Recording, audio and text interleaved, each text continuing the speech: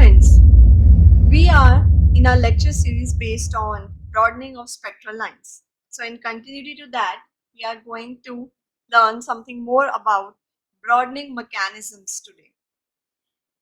There is a line shape function G omega omega naught. This is represented as line shape function. So basically this determines the value of threshold population inversion. How does it do that? This is a different concept. So if you want, I would make a video on that too. But right now, we only need to know that we have a function which is line shape function, and this actually tells us the shape of the curve that we are going to obtain. Some also write it as G nu, because here nu is the frequency, and here omega and omega naught, they are angular frequencies. So all in all, we are dealing with frequencies, because whenever photons are involved and photons strike any sample, so there are atoms and molecules, photon of a certain energy will be hitting those molecules or atoms, and energy is denoted by, again, E is equal to h nu. H being Planck's constant, we are concerned with the frequency. What is the frequency of the light hitting the sample? So that's why either we use G of nu, which is the simple frequency, or G omega omega naught, which is the angular frequency. So sometimes, like, we draw the diagram, the spectrum that we obtain using spectrophotometer. It could be intensity versus wavelength, or it could be intensity versus frequency. So we can also make that there, again we have obtained a curve, and suppose this is our omega naught. So this G omega omega naught would actually tells us the probability that a photon emitted, whatever photon is being emitted, so that would lie between, here we can say, omega plus d omega, or here it should be negative, omega minus d omega, and here omega plus d omega. So we can mention in both ways. Either it has to be G nu, so then we say that it gives us the probability that a photon will be emitted having frequencies between nu and nu plus d nu, or we mention it in terms of angular frequency, and then that means that it gives us the probability that a photon emitted will be between omega minus d omega and omega plus d omega, where omega naught is basically the central frequency. We can also mention here it as omega naught and omega naught to be more precise. So omega naught minus d omega will be a newer angular frequency, and omega naught plus d omega would also be a different frequency. So all these frequencies, angular frequencies, would be different. So that's why the different one is denoted by omega here, and this omega naught is the central angular frequency, and d omega shows the change, a very small change in frequency, angular frequency. So it says that whatever photons are being emitted, when they are emitted, when electrons jump from higher energy levels to lower energy level. So whenever atoms make transition from higher energy state to lower energy state, photon is emitted. So now, what would be the frequency of the photon? What would be the angular frequency of the photon? So this factor gives us the probability that the photon emitted will have the angular frequency lying between this and this. So if it is 1, then it is for sure that all the frequencies will lie between these two values. And as this is a probability, so it would vary between 0 and 1. As we studied that laser involves transition between two energy states or two energy levels under certain controlled conditions, because we used to have stimulated emission of radiation So photons are stimulated to emit. We stimulate the atom basically. We send a photon and which stimulates the atom to make a transition from higher energy state to lower energy state. And when atom jumps from higher to lower energy state, then a photon is emitted. So this is a controlled one. This is not occurring spontaneous. But still, as you know, that even an we cannot have an ideal laser. No laser can produce exact monochromatic light. So there are photons emitted with slightly different frequencies. They are slight. See, d omega is a very small change. So there is a slight difference in the frequencies. So as I mentioned in the earlier lecture that then we will be having line diagram, or we usually say that we get a broadening of the spectral line obtained. So now this g omega omega naught is line shape function. So the particular shape of this function depends on the phenomena responsible for line broadening. What kind of shape would be there?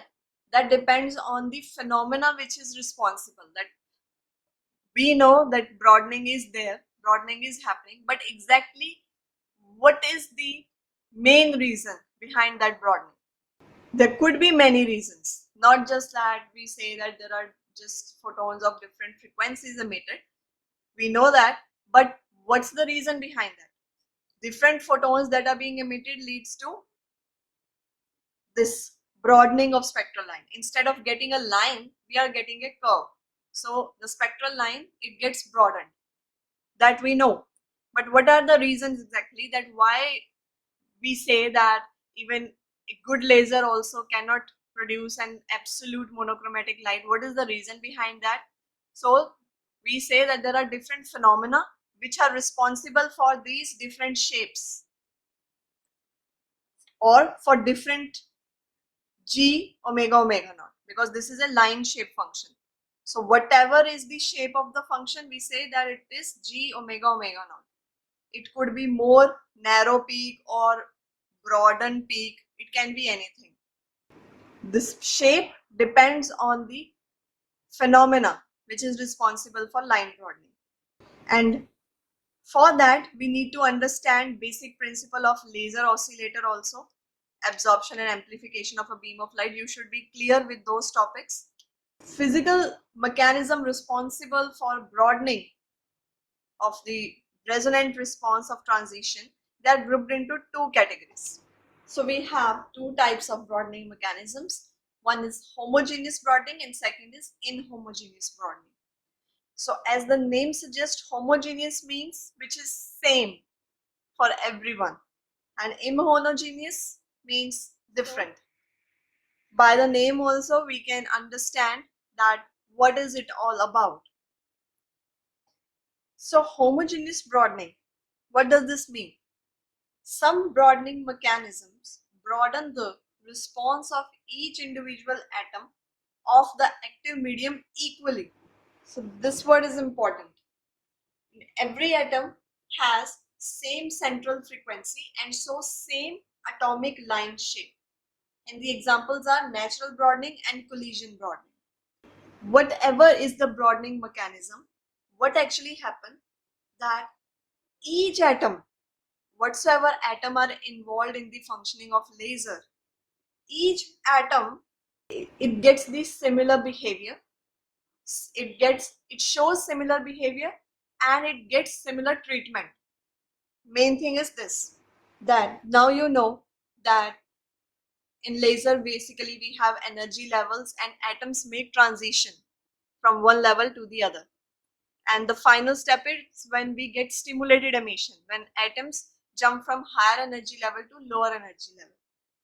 This means if one atom is getting its line shape peak broadened, then all the atom will get the same effect. Either all atom will interact with the light or no atom will interact with the light. So they all behave same. This is the meaning of homogeneous, that all the atom, they receive similar treatment or all the atoms, they show similar behavior. Whatever light is there, whatever light is coming, all the atoms will show similar behavior to that light. This is the thing. Whatever is your sample, if you are giving a photon of a particular frequency, then all the atom will show similar behavior to that photon. So if they are behaving in the same manner with the photon, then obviously the outcome will also be the same for all. So if we have atom 1, atom 2, atom 3, and if both or all three are behaving in the same way, so suppose atom 1, we say that this was the line shape, but due to some mechanism its peak has got broadened. So now second atom is also behaving the same way, so same thing would happen with this also. Same line shape plot will be there for second atom. Same behavior is showing the third one, so same plot for third atom also. So this means they all are behaving in the same manner. This is homogeneous broadening. If something happens to one atom, the same would happen to all the atoms. This is the thing. So whatever is happening to one atom, you can expect similar behavior for all the atom. If there is a fourth atom, fifth atom, sixth atom, they all will be having a similar line shape plot because they're just behaving in the similar manner. Whatever light is coming, whether they will all absorb it or no one will absorb it, or whether they all will emit a light of particular frequency or no one will emit light of a particular frequency. So this is the thing, that all molecules, they behave in the same manner. All the atoms behave in the same manner. Everything is same in case of homogeneous broadening. So whatever is happening for one atom, we say that if there used to be, if it is sort of, you can say, if it is emitting a light of a particular frequency and we should get a line shape, but we know that broadening occurs and some other frequencies are also there, so there is a broadening and we get a peak instead of a narrow line. So whatever the plot is for first atom, same would be the plot for the second atom, same would be the plot for the third atom, fourth, fifth, and so on, because they all are behaving in the same way. So that means every atom has same central frequency because they all are behaving in the same way. So same central frequency and same line shape. The plot will also be the same. So that means that whatever plot we are obtaining, suppose the plot we are obtaining, this is the intensity. So here we have a central frequency which is denoted by nu naught. So now this is not just for one atom, this is for all.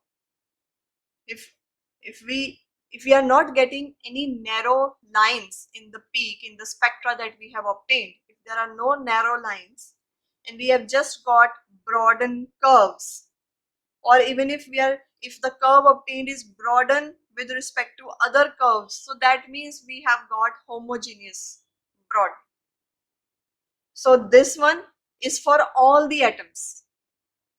All the atoms 1, 2, 3 would be emitting a frequency at this value also. All 1, 2, 3, 4, 5, 6 are emitting same amount of frequency and same count also. Same intensity of light would be emitted for a particular frequency by all. Then here if we say this particular frequency, so all will be emitting the same count, same intensity value for at that particular frequency. And maximum one is for the stimulated emission, because in laser we have stimulated emission, so that is the maximum one. So those photons will be the maximum photons that will be emitted by atoms. So all the atom would be emitting the maximum count of photons having that central frequency for which the stimulated emission is actually occurring. Actually for a laser we want that we should get a light of frequency nu naught. This is our requirement. So we do get maximum light of frequency nu naught, but we also get some other frequencies as well due to the broadening mechanism. Okay, so you say that this one is particularly due to stimulated emission. Nu naught is for stimulated emission. So I hope you understand that in laser is light amplification by stimulated emission of radiation. So what we want is to obtain light which has been obtained by stimulated emission of radiation. Okay, so that is basically the nu naught. We want only the light of frequency nu naught. So we all expect to get a line peak, just a line in the spectra. But we don't get that because you know that it's not just one frequency coming out, not just the photon of one frequency coming out, but there are other photons as well. And due to that, we get a curve, we get a peak, and there is a broadening of the spectral line. Basically, the broadening leads us to this curve shape. But the maximum one is always the nu naught, which is due to the stimulated emission photons. Stimulated emission radiation is always the central frequency. And if we talk of homogeneous broadening, then that means that all the atom in the sample, they are behaving in the same manner to the incoming radiation also, and thus they are emitting the same type of radiations at all the frequencies. So whatever is the broadening for one atom, same would be the broadening for all the other atoms. So this is homogeneous broadening. That's why they all have same central frequency and same plot. So if you get this plot would show the plot of all the atoms involved because they all are behaving the same manner. They all are giving same plot. They all have same central frequency. So that's why this is the homogeneous broadening, and this plot would refer to the plot of all the atoms. Now the other one is inhomogeneous broadening. Now by the name inhomogeneous, we can understand that something is not same, that all are not behaving in the same fashion. So there is some difference. Okay, by the name only we can understand this thing. So some broadening mechanisms shift the center frequencies of individual atoms. Now in homogeneous, the previous broadening, homogeneous broadening that we discussed, there all the atoms were behaving in the same fashion. So they all had same central frequencies.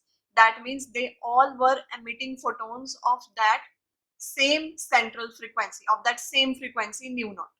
Okay, but so whatever is the broadening mechanism was there, it was just broadening the lines, the spectral lines of all the atom in the same fashion. So everything was same, whether there was broadening, but that broadening also was same for all the atom because all atom were behaving in the same manner. But here some broadening mechanism shift the center frequencies of individual atom. So now what happened, that some of the atoms, their center frequencies get shifted. That means now they are emitting maximum intensity or maximum counts of some other frequency. So suppose again we have atom 1, atom 2, atom 3. So now suppose we say that okay, this was the central frequency originally that we were expecting, but now there has some broadening mechanism happened. So due to that, what happens, that whatever peak should be there, for second atom the peak gets shifted. It means it is not emitting the maximum photons of frequency nu naught. It would be emitting photons of frequency some new one, and the third one might be doing for some other frequency. So what happened? Different atoms or group of atoms of given active material have slightly different resonant frequencies for the same transition. So they have different frequencies for the same transition between two given levels. Means the levels are the same, E1 and A2, and atoms are jumping from these levels only, but they are different atoms. Okay, and what is happening, that some of the atoms for the same transition, they are giving out some other frequencies. All right, if atoms are there and they are all jumping down, so we are talking of same transition between two given levels. But what is happening? This particular atom, it is giving this kind of frequency. Other one is giving this kind of frequency. Third one is giving this kind of frequency for the same transition between two given levels. So some broadening mechanism is doing what? It is shifting the center frequencies of individual atoms. So all are not behaving in the same manner. Now atoms are behaving in different manner. Some of the atoms are behaving in one way, some atoms are behaving in other way. So this is the thing. Now all are not showing the same behavior. So for the same transition, it all depends on the broadening mechanism, that what is it doing, that we will discuss later on, that what is actually happening, why is it happening, that for the same transition we are getting different frequencies. So the reason we will study when we will actually study those different mechanisms. Okay, so right now we all need to know is that some of the mechanisms, what they do is they just shift the center frequencies of individual atom. So different atom, they start giving off different frequencies. So now for atom 1, the central frequency would be something else. It means it is emitting photons, maximum photon of this particular frequency only. And the second atom would be emitting photons, maximum photon of some other frequency. Its frequency has been shifted. Okay, if this is the curve, we say this is the frequency. So frequencies are getting shifted, the central frequencies. Here the word central frequency is very important, because central frequency is what? The one which shows that the maximum number of photons are being emitted. Where the maximum number of photons are emitted, that is the central frequency, because that gives us the maximum height of the peak. So they just get shifted.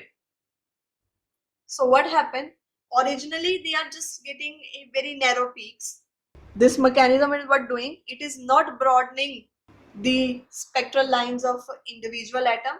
Instead what it does, it's just shifting the center frequencies of different atom, and due to this the response, overall response of system gets broadened. So now if the response of all the atoms are combined, so now it gives us some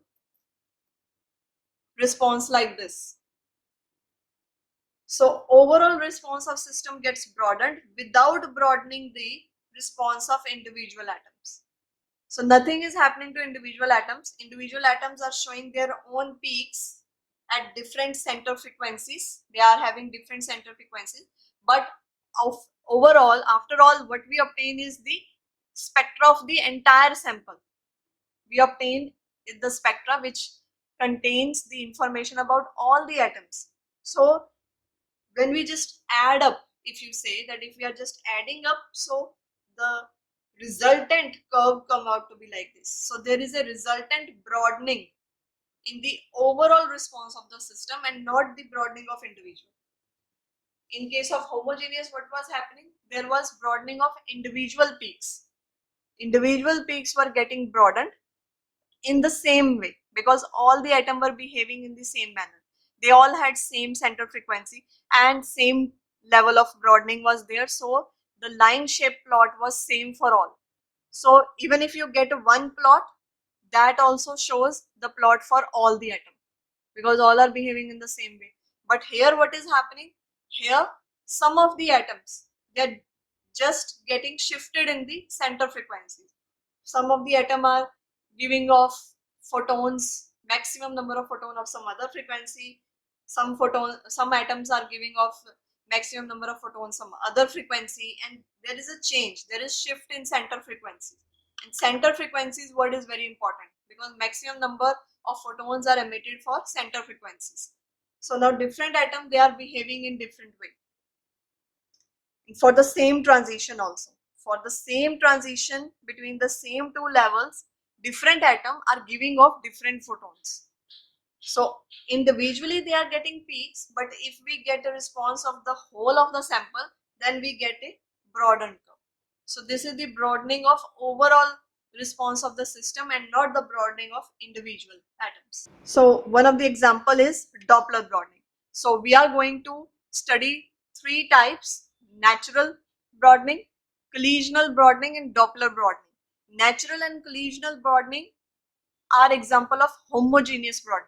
So that means there all the atoms are behaving in the same manner. They all have same center frequency, same line plot.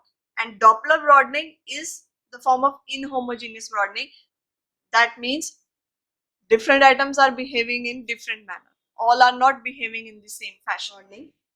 So homogeneous broadening, it widens the line for each atom because all the atoms are behaving in the same manner. So if they all have same center frequency, mu naught, and that has been broadened in the same way. Same broadening for the second atom, same broadening for the third atom, and that's why the final response that we will obtain, that will also be the same plot, because it is not showing the behavior of one atom. In fact, it is showing the behavior of all the atoms. So final plot would also be the same, having the same central frequency mu naught. So each atom has same central frequency, and whatever light is there, it excites all the atoms because all the atoms are behaving in same manner, so they all will be excited. So the distribution that we obtain, this type, the shape of distribution, this is known as Lorenzian distribution. Lorenzian distribution is often associated with long tails. Okay, so it will just go quite parallel to this x-axis before actually meeting it. So almost both the plots look the same, but this one is Lorenzian distribution that we obtain, and it's more symmetric one because here the central frequency is the same and the spread is also the same. So same plot. So if here we say that delta nu is the spread for this one, then same is the spread for second atom, same is the spread for third atom, and the final will also show the same spread, final plot, because basically that plot is no different than these plots. Whereas for inhomogeneous, widening happen to the overall system because ultimately the final spectrum that we obtain is for the whole system. Here, because all the atoms are showing the same plot, that's why the final will looks exactly like the plot for individual atom. Okay, so the final one is also the same as the plot for individual atom. But here what is happening, different atoms are behaving in different manner. So the final plot is basically the sum up of all the patterns that we obtain.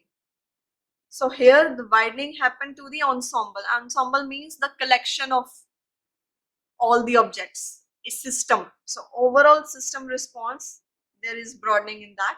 So in inhomogeneous broadening, there is widening which happens to the ensemble as a whole. So here different atoms are behaving in different manner. So ultimately the plot that we obtain is for the whole system. Here this was looking the same because all the atoms are behaving in same manner. So obviously the final one would also look the same as that of the individual atom. But here all the atoms are behaving in different manner.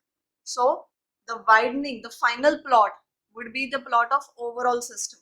So that's why there we would see the widening.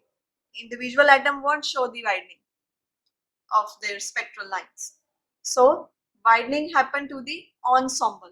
Ensemble means collection of objects, the whole system.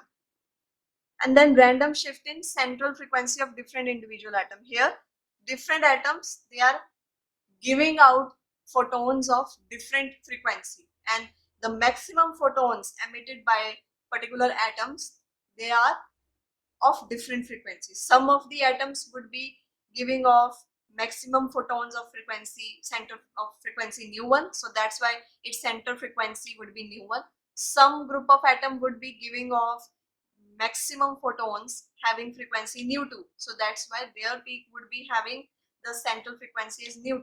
And then some section of atom would be giving off maximum photons of frequency nu3. So that's why their center frequency would be nu3. So when we add up, we get the whole broadened spectrum.